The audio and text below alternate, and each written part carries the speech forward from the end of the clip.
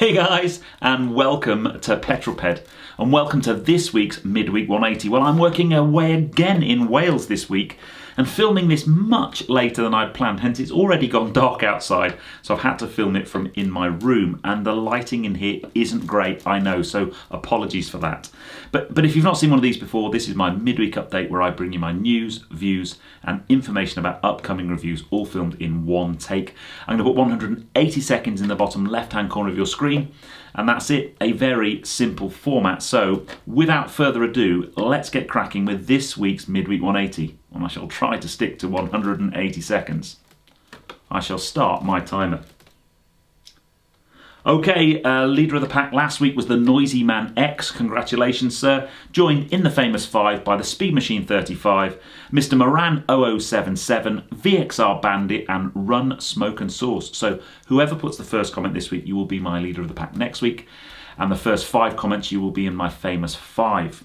Where are you and what you're doing? Well, that was a bit low on the ground last week. So an update from Kevin Edwards on his epic road trip was now in Bend, Oregon. So wherever you are right now, and whatever you're doing, put it in the comments below and I'll give you a shout out next week. Now, last week's question was, if you were going on a road trip and had a spare seat, who would your passenger be? And there were some brilliant suggestions from ex-racing drivers like Fangio, Murray Walker. Some of you even suggested me. Why? For me, I'd actually have Ranulph Fiennes in my passenger seat because I just think he's brilliant. This week's question, I'm driving the Renault Megane RS300 Trophy this week, and it has an exceptionally good 6-speed manual gearbox. So, simple question, what's the best gearbox you've ever driven? Automatic or manual, I don't care. I'd just love to know what the best gearboxes out there are. Formula 1 from the weekend was from Russia. An interesting race strategically. I don't think it was brilliant in terms of some of the action on track. Hamilton won, clearly. Kind of gifted it a bit by Ferrari having an issue with Vettels' car, causing a safety car.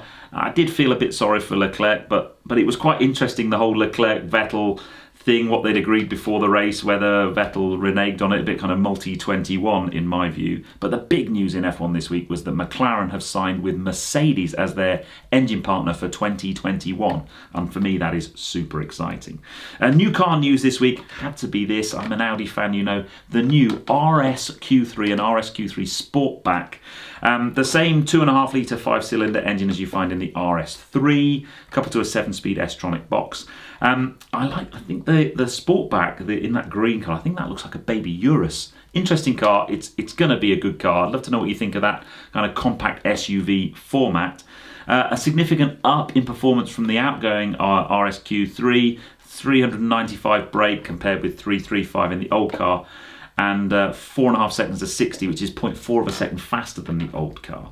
Press car this week is the RS Megane 300 Trophy. Brilliant thing. Review coming very, very soon.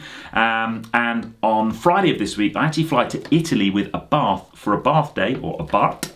And I'm driving the new 695 Anniversario on track and on the road, and I cannot wait. So lots of content coming soon from that.